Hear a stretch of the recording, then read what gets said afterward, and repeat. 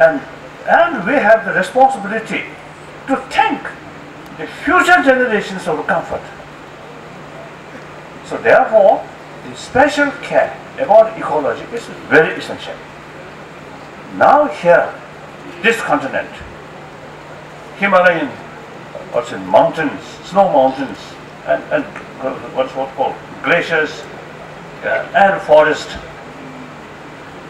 very important for ecology of this continent, this part of the continent. So we need special care about preservation of forest and also water. Now, when we talk about water, Ganga River, of course, from spiritually, something very, very secret.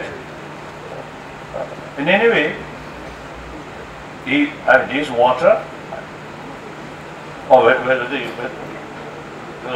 called water or something Ganga or something, make distinction, isn't it? Water and Ganga, isn't it?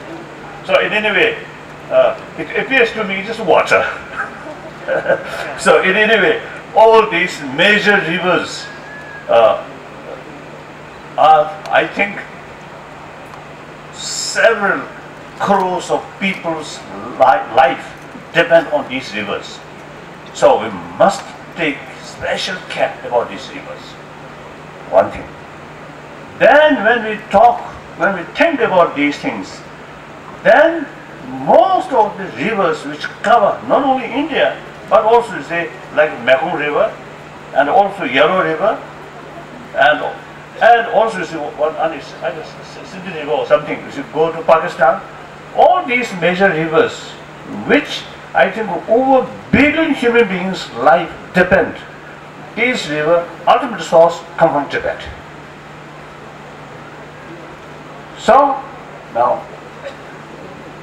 warming rate, the rate of warming, global warming, global level, according to some scientists,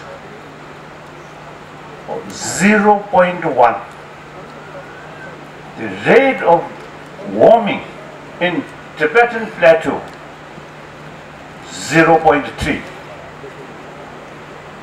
So because of dry climate and high altitude, the rate of melting snows and also ice, these things are quite rapidly. Within my lifetime, I noticed there's a much change. In early period, very full snow mountains. The later part, much reduced. Now Brahmaputra, with just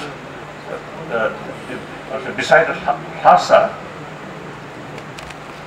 so the people coming from there, they mentioned to me the Brahmaputra rivers much reduced. So these are serious matter. So therefore, some Chinese ecologists, they describe Tibet as a third pole, because you see, what's the effect to global warming from Tibetan plateau as much as North Pole and South Pole. So they describe Tibet third pole. So we really need special care. I hope it's the Chinese government, communist government. Previously, like Soviet Union, they don't care about ecology. Now, because of their own experience, they are showing some interest or some concern about preservation of ecology. Now, I hope they further more seriously pay attention. This is our hope, our prayer. This is one thing. Then another point I want to mention. While we are talking about the greatness of India's ancient,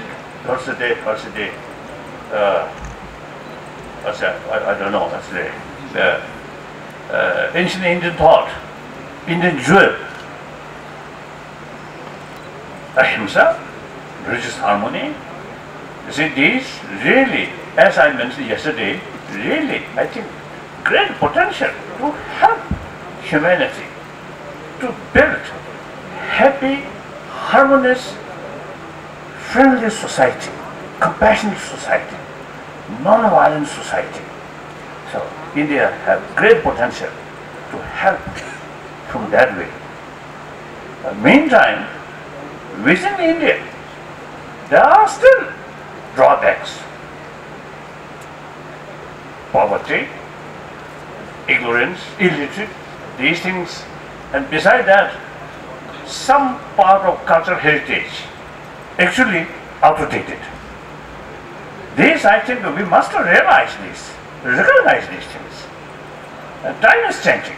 The world situation is changing. So therefore, some of the drawbacks sort of habit, we must pay more attention to change these things so that we can better position to offer some good things to the rest of the world. I think that's very important. So these points I want to share with you. Thank you, that's all.